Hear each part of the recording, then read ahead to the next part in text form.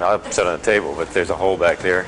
But whatever. They're sort of short chairs. So Okay, whatever people. short people here. Whatever. I see. Okay. That would be our I guess everybody will arrange themselves. But just please find a place where you can be comfortable and sit down. Because we'll be here quite a while. There's chairs over, a couple chairs over here that are not being used. And you can sit on a table or whatever you find convenient.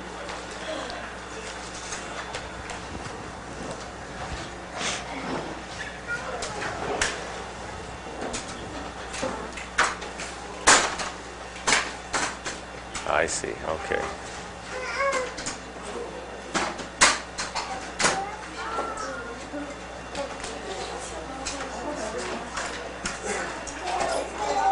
Okay.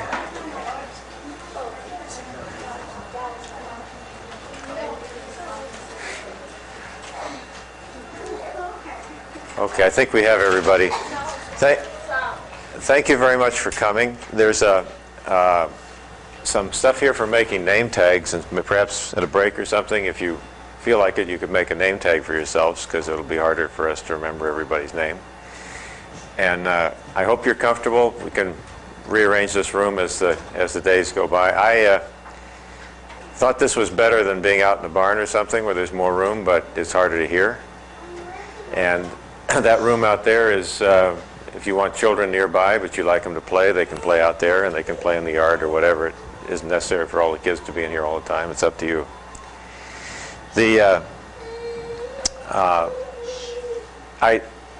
I think a lot of our time can be taken by discussion and questions and talking among one another, and I thought this place was small enough that we could all hear each other.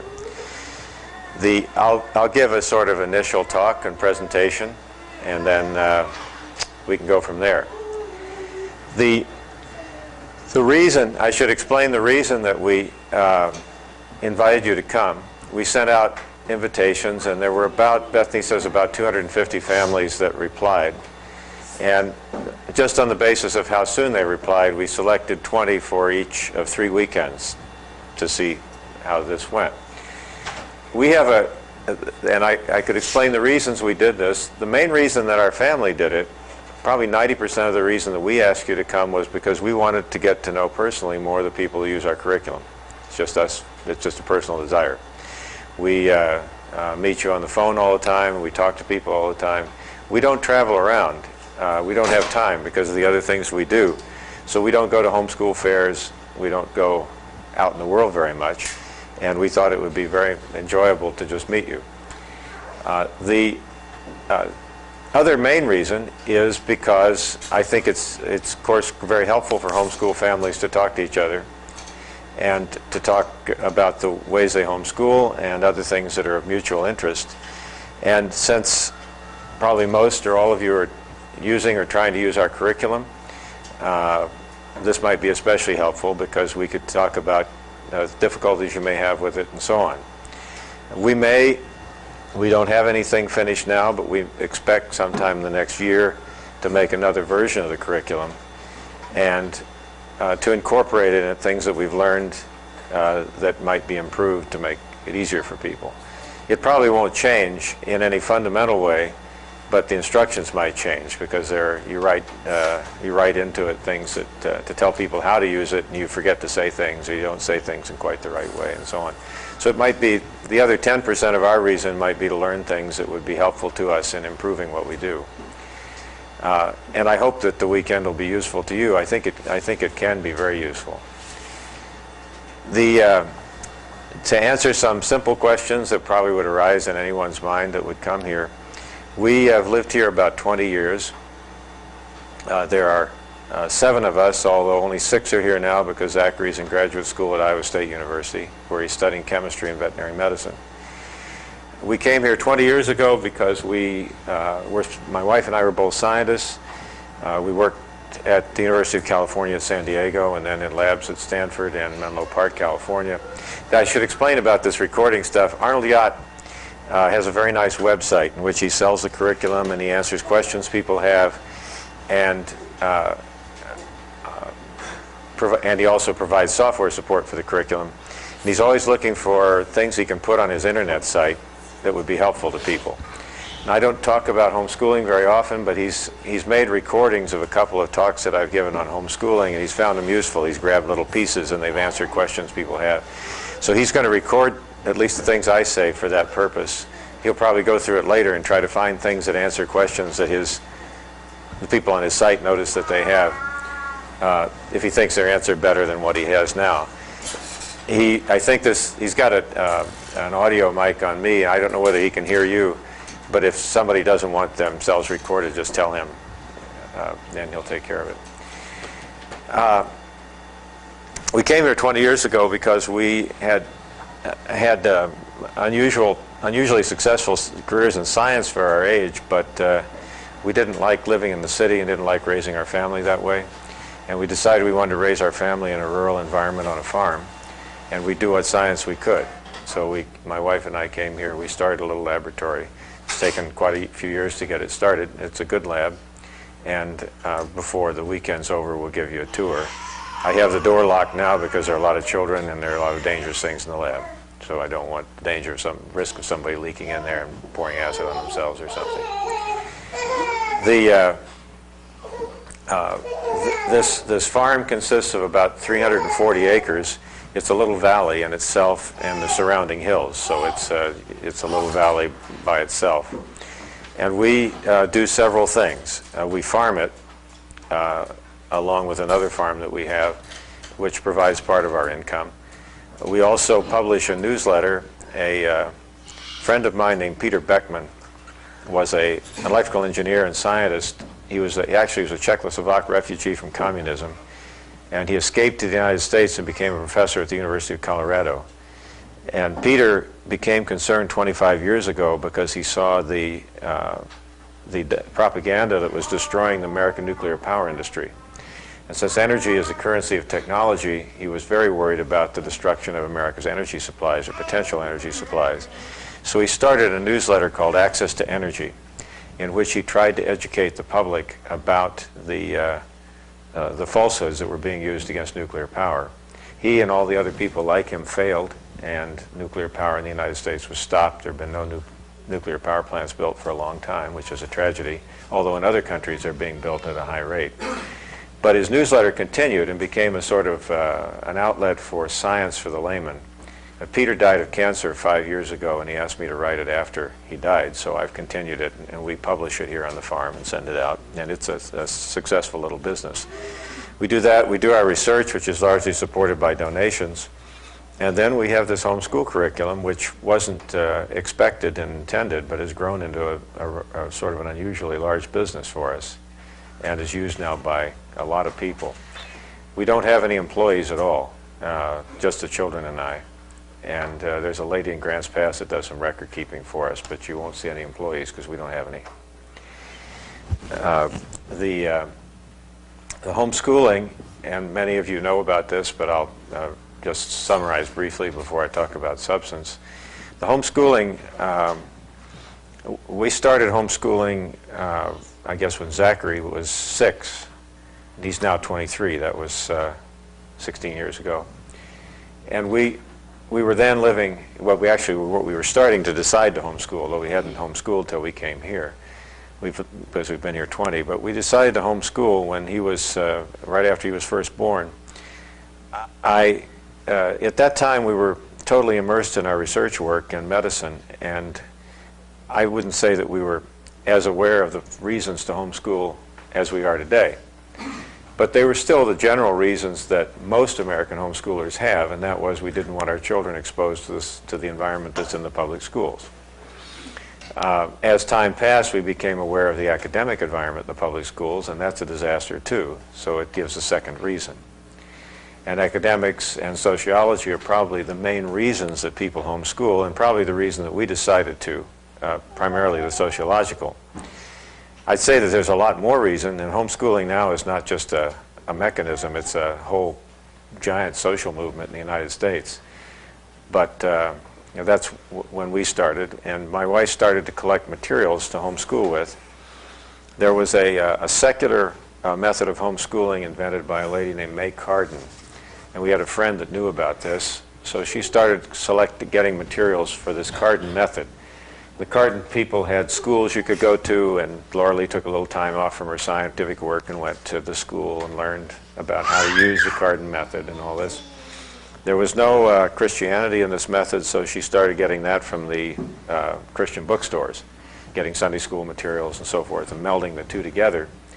Also, those were the days, you may remember, in the late 70s, when the economy was going crazy. Inflation was 15 or 20%. Nobody knew whether the dollar would ever buy anything again. So we were also worried that we wouldn't be able to get these materials in the future. So every time we added a child, she had to complete curriculum for carton, all the workbooks and stuff, because you had to buy it for each child. And we tried to basically buy ahead everything that our family would use for homeschooling, with the idea that she'd be a teacher and it would be done in the conventional way. And then as the children became older, she started teaching them. She had a little blackboard set up right about here, and just worked it into her normal affairs. This is an old farmhouse. It's about 100 years old. But when we first came here, we repaired the old one, which was sliding off its foundations, and we built this one room onto it. So she used this as her schoolroom and so on. And was teaching the children in the usual way, using this carton thing as the base, which is not that different from Becker or Bob Jones or any of the others that you would use, except that she had to put the Christianity in it herself. When she died in 1988, Zachary was 12 and Noah was 10, and Aaron was 8, the twins were 6, and Matthew was 16 months old. Back there, if you haven't met them yet, the tallest one is Noah, and then Aaron is right beside him in the bathroom door, and Bethany and Joshua are twins. They're over there, and Matthew is there now, and Zachary's at Iowa State. Also, the bathroom door reminds me, you're welcome to use anything that's on the farm. The only thing that we've really locked up is the lab to prevent accidents. We have a spring that is over there about a third of a mile. It's across the creek and up that hill. And that spring puts out about 5 gallons a minute of water and comes down. It feeds the water outlets in the bathrooms and the one out in the driveway and so on. But it doesn't have a holding tank. I put in a 2-inch pipe, and the pipe holds 200 gallons, so that it doesn't have a holding tank to get dirty. The water is coming out of the spring, down the pipe, into the outlets. So it keeps it cleaner because there's no holding tank, but it only holds 200 gallons. So I know that if we all go in and use the toilet, which you're all welcome to use, use the ones in the house even, we'll run out of water very quickly.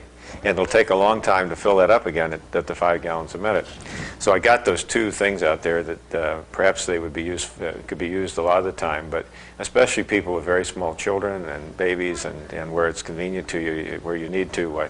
There's a bathroom here, and there's nothing that you can't try to use, but try not to flush toilets a lot, because pretty soon they won't flush, and then everybody will be out of water for a couple hours while the tube fills up again.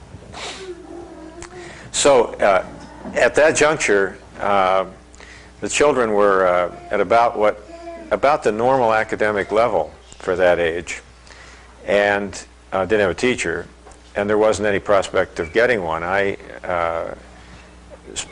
We had a little different mix of work then, but it took all of my time to do my work, and the only thing we had going for us was that I worked here, so I didn't have to go away to work, but we didn't have anybody to be a teacher.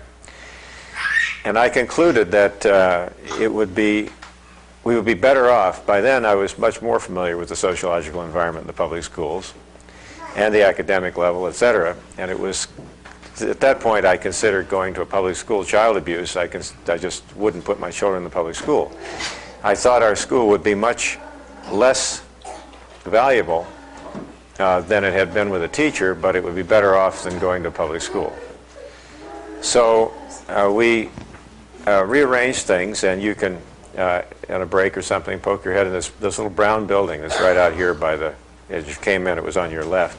It's an old woodshed that we had paneled and fixed up, used as an office, and I got 6 desks, sort of rather large desks, about 2/3 the size of that table, and put them in there and gave each one of them a desk except for Matthew. So 5 of them had desks in there, and I had my desk in there, and we just worked together, and I started handing them materials but not helping them at all, just improvising.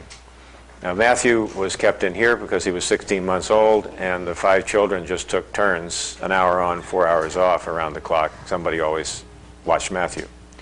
And the rest of the time they were free to go about their affairs. Sometimes I watched him, but there was just a sort of a around the clock, somebody watches the young one somewhere else, because a child that's less than about 5 years old can't be put in a classroom. He disrupts everything. So we did that. She had been starting to use Saxon math, and it was logical. And I started with the idea that since math was the most sort of rigorous thing you would do during the day, you should do it during your freshest hours. So I told them that in the morning they had to do their math before they did anything else. When they woke up and they were fresh, they should do their math. I think now there are even more compelling reasons to do it in this way, but it was sort of an accident. So they did their math, and then gradually we fell into this thing, which is the method described in our curriculum, which is reading, writing, and arithmetic, which starts in the morning with math, follows by writing something, and then by reading. After all, the knowledge is in books. People sometimes look at our curriculum and say, well, this is just books, but that's where knowledge is. The essence of education is that here are the books, the knowledge, here's the kid. And the idea is to put one and the other in the most effective manner. And so the idea was, but some things require a different form of study than others. I was fortunate to work with a man named Martin Kamen when I was in graduate school. He discovered carbon-14. He was a very, very brilliant man with almost a photographic memory. And Martin had a facility, which I've seen in some other people, Zachary has it to a certain extent, to read at an incredible rate. And they could read the humanities at incredible speed. The reason the 1911 encyclopedia is on our curriculum, there's a good rational reason, but the developmental reason was that Zachary just liked the encyclopedia, so he read the whole thing and then decided he'd scan it. Well, that's a sort of unusual activity, but because he has this facility to read at tremendous speed, he does that. But you can't do that in math and science. And Kamen, in his autobiography, describes this. His facilities were much greater than Zachary's, and much greater than probably any of us in this room. But Kamen, who could absorb humanities material with enormous speed, found that it was a disadvantage to him in his science and his math. Put it on. And the polls at that time of the congressmen showed it would pass. And by the time the dust settled from the fax machines and the phone calls and stuff, there was one vote in the entire U.S. Congress for this bill, the guy that entered it. And they said they got more flack from that than they'd gotten from, well, all the major issues that Congress had, the big ones, in years. So this is a very strong group of, let's see, do you have a place to sit down? Find some place to sit down. Maybe over here, there's a bench, okay? You just came in, sit down over on that bench.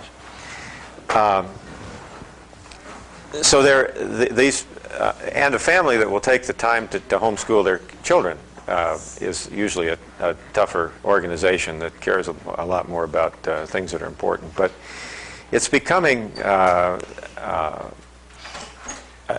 society, you know, is fragmenting into different parts. And it is literally to the point in our public schools where they're just they're propaganda machines. They aren't there to teach children. They're there to disseminate the propaganda of one particular political movement. And a huge one, but a weak one, because they're turning out uneducated people. They're turning out kids that can't compete. So the homeschoolers, representing now 3 to 4% of the school children in the country, probably represent at least 10 to 15% of the strength of the young people of the country, and growing very rapidly. And of course, they also represent the traditional values of the country. So the homeschooling is not, I don't think it's just a thing people do because they make a decision about education. They make a decision about a lot of different things.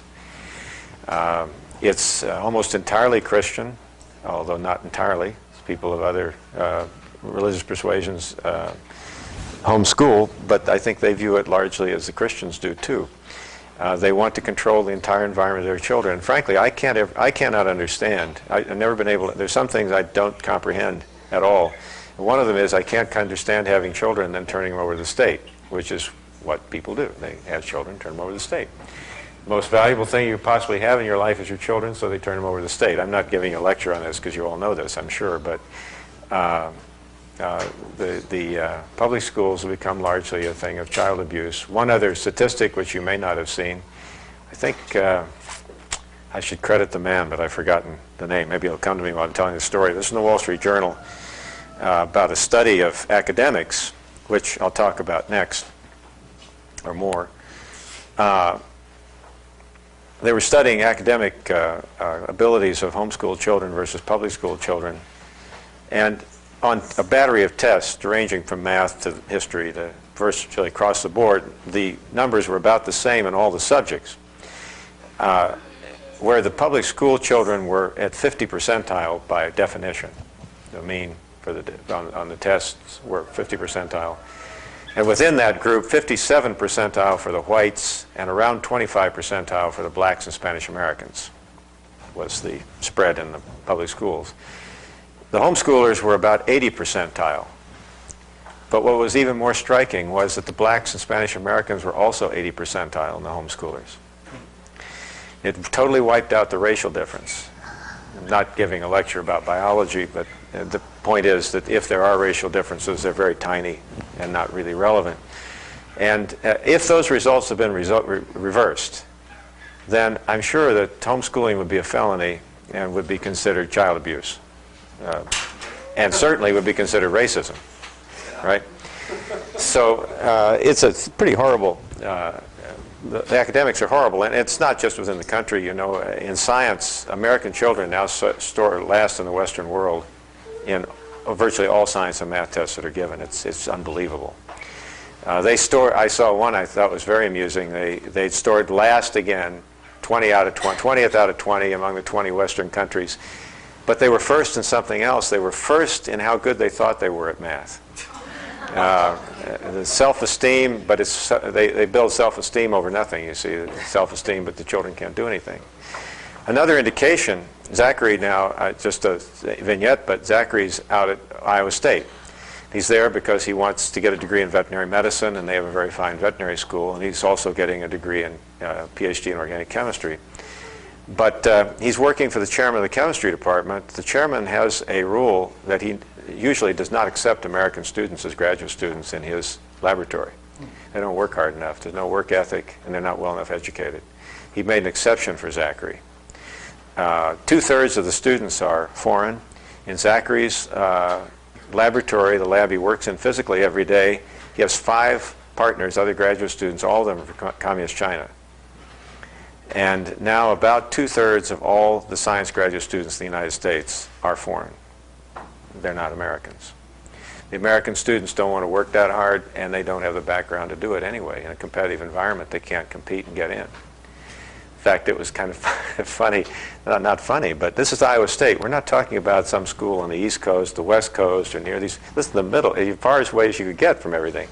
And it's sort of the conservative farm heartland. And it doesn't even have it's not like MIT or something with some reputation to draw these people. And they have a rule at Iowa State that every undergraduate must take freshman chemistry. They have 20,000 undergraduates, so they have 5,000 freshman chemistry students to deal with every year. And they need teaching assistants for all these. And the graduate students do the teaching.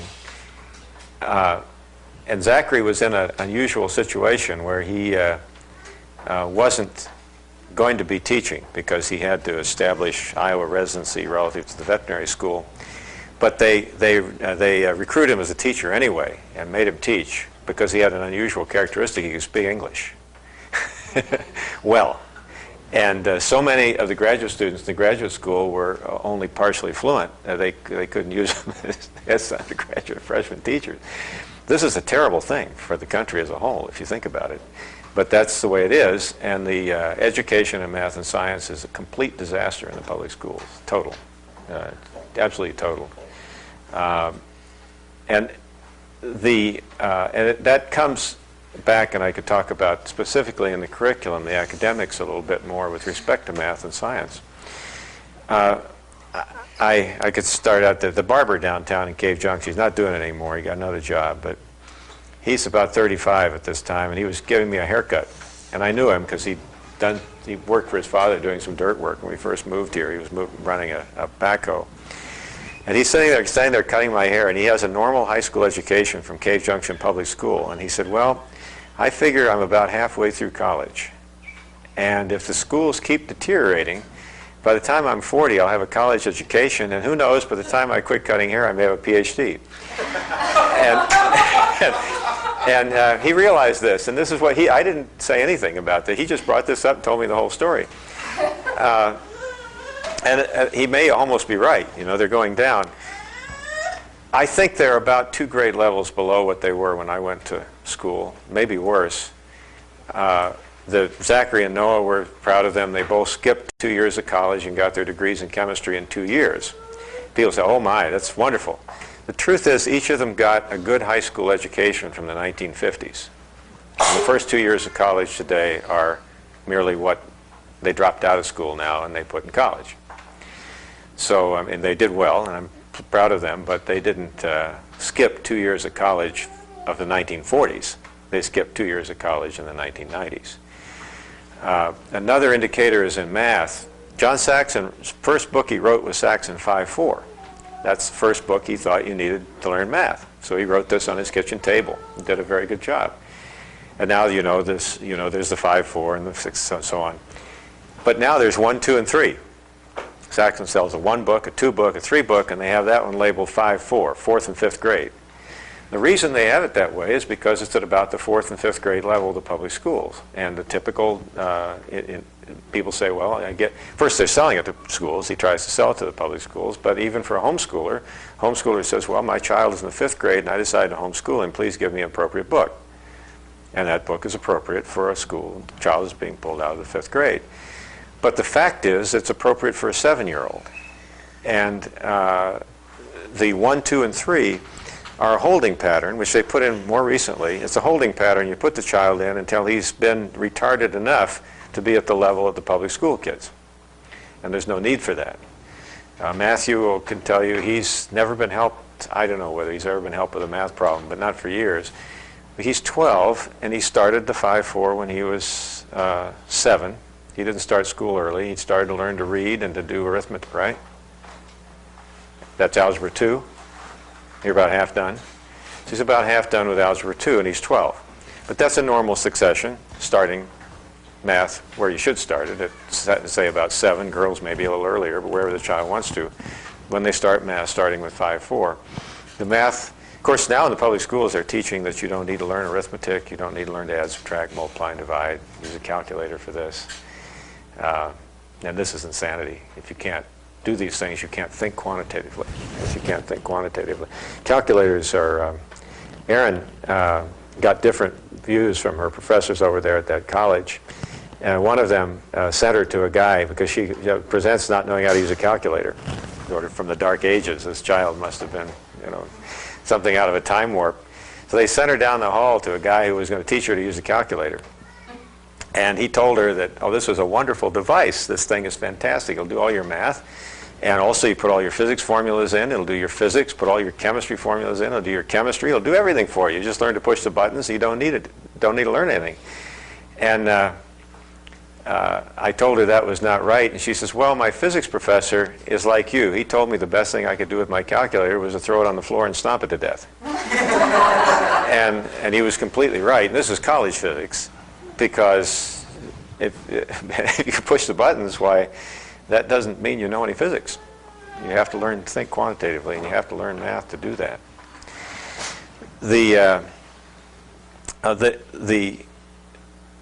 I'm sure there'll be lots of discussion or questions about self-teaching, or whether you can learn by yourself. And in our experience, it's worked perfectly. I wouldn't change it. In fact, we got into this because of the odd personal circumstance we had. But if that had not happened to us, and we probably wouldn't if it hadn't happened to us, Laura Lee probably would have stood up at her blackboard and taught the children like a normal teacher throughout their education.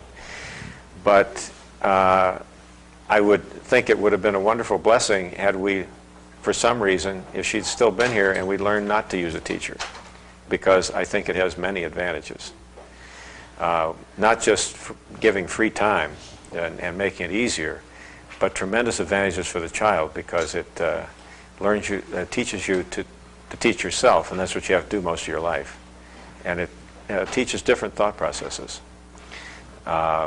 You can get into, with anybody, an adult or child, you get into sort of syndromes or ways that you do things. For example, math can consist of, I'll work the hard ones and Mommy will help me with the easy ones. Or I'll work them all, and the ones I miss I'll ask for help with. Or when I come to one that I have difficulty with, my older brother will help me, or whatever. And that becomes a way of life.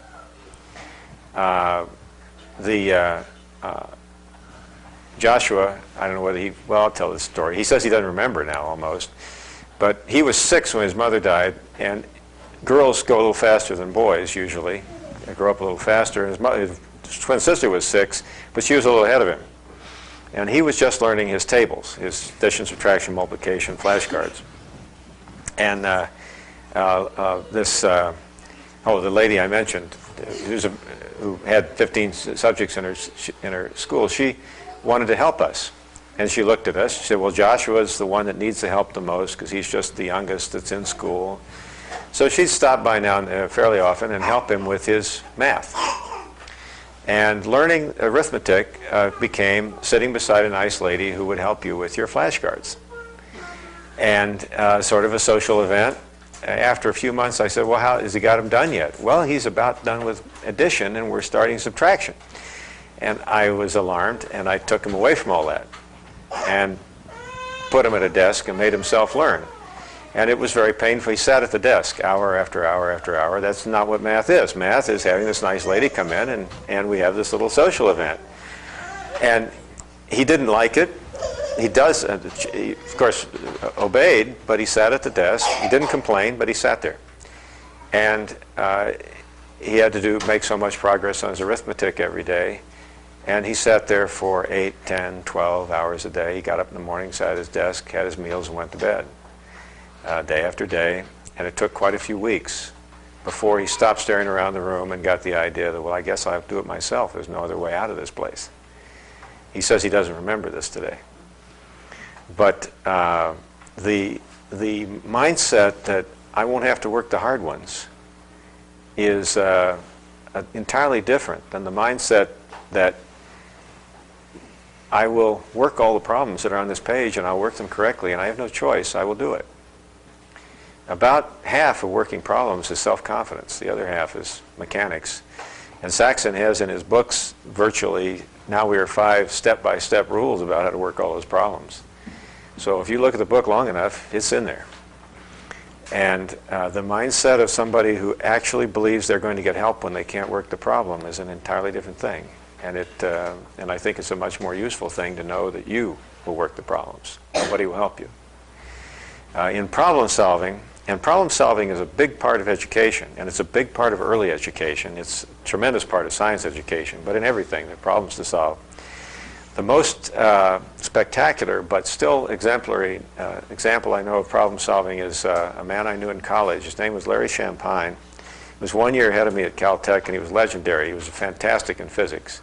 Nobody in the whole campus, and Caltech was very good in physics. No undergraduate could touch him in problem solving in physics. And Champagne had gained the skill. It wasn't brilliance, he was smart, but he gained the skill in this way. There was a dean at Caltech named Foster Strong, and you'll see the Strong problems are on your curriculum for those who want to have the experience. They're for advanced students. But Strong had he'd gone to Caltech to get a PhD and managed not to get it. He wasn't good enough. He couldn't get his PhD, but he stayed on as administrator and became a dean of students. And he taught physics. And he collected from the examinations the physics problems that they put on the exam so nobody could get them all right, no matter how good they were. They're all Newtonian mechanics. They're all worked with F equals ma, just Newton's 3 laws. You need nothing else. But they are bizarre. They're twists to every one. They're different. You know, they're pulleys going in every direction, and sliding planes, and all kinds of stuff. And you have to stare at them a long time to see the way to work the problem. even though there's nothing behind the problem except very, very simple physics. And he collected, I forget how many there are, 150, 167, something like this. He collected these. And when you were a freshman, they handed you these problems and said, if you have any spare time, enjoy yourself. And the typical student would work half a dozen and get busy with other things and have trouble with some of them. And they were around, but they were almost a subject of amusement because nobody had time to work all those problems, and they were hard. But Champagne took it seriously. When he was a freshman, he picked up strong problem number 1. And he looked at it, and he couldn't figure out how to work it. So he carried it around in his head, and he thought about it, and he fell asleep thinking about it, and he sat on the floor of his room thinking about it, and whenever he had a few moments, he thought about it, and it took him a couple of weeks to find it, and he finally worked it by himself. He figured it out. So then he picked out strong problem number 2, and he did the same thing. Just puzzled at it, accepted no help, worked at it, fiddled with it, probably took a couple of weeks on that one. I don't know what the timing was. But as time passed, they got easier and easier. And he finally worked them all, and from then on he never saw a physics problem he couldn't work. He learned how to solve problems, and he learned the self-confidence to know that there was no physics problem he couldn't work. And for the mere mortals among us who's not trying to work strong problems, but just math problems, the same thing holds. It can be, if you say, and Matthew has heard this a few times, but not very often, maybe once a year now, because he'd never asked the question. You say, this problem, I can't work this problem. And you say, well, I guess you'll just have to work on it till you get it. And it could take a long time. Eventually we'll get it. The self-teaching of math in this way teaches. And I learned I first saw its strength. We were doing it just because that's the way it had to be. I didn't have any time to teach him how to work math problems. But we got done with the math. Zachary got done with the math, and now what do? He's, at that point, 16 maybe, gets done with the Saxon calculus, 17, maybe he was 17. The older children got done with their math later because they started this process at a later age. Aunt Bethany's the earliest. She got done with her calculus at 14. But they got done, and then the question is, what do I give Zachary? I'm out of math books. And so I looked around, and I got a physics book, the freshman physics book from Caltech. And it's a hard physics book, and it was not intended to be used in this way. It's intended that there'll be 3 lectures a week, instruction, so forth. I handed it to him, and he just started working the problems and going right through it. Took longer for problem. He'd gotten used to the idea that he could work problems, and he didn't know any better. He just kept working them. And the self-teaching of the math, starting with adding, which was trivial, and going up through the Saxon calculus, got his problem solving and his self-confidence good enough that he went right into it. And did the same thing, and it works that way. So it's, I think the self-teaching that's an advantage that you don't have if you have a teacher who will help you. In selection of the books that we have, this curriculum's kind of a stealth curriculum in a way that there aren't very many overtly Christian books on there, but if you look at the autobiographies that we've selected, you'll probably find they're all Christian men.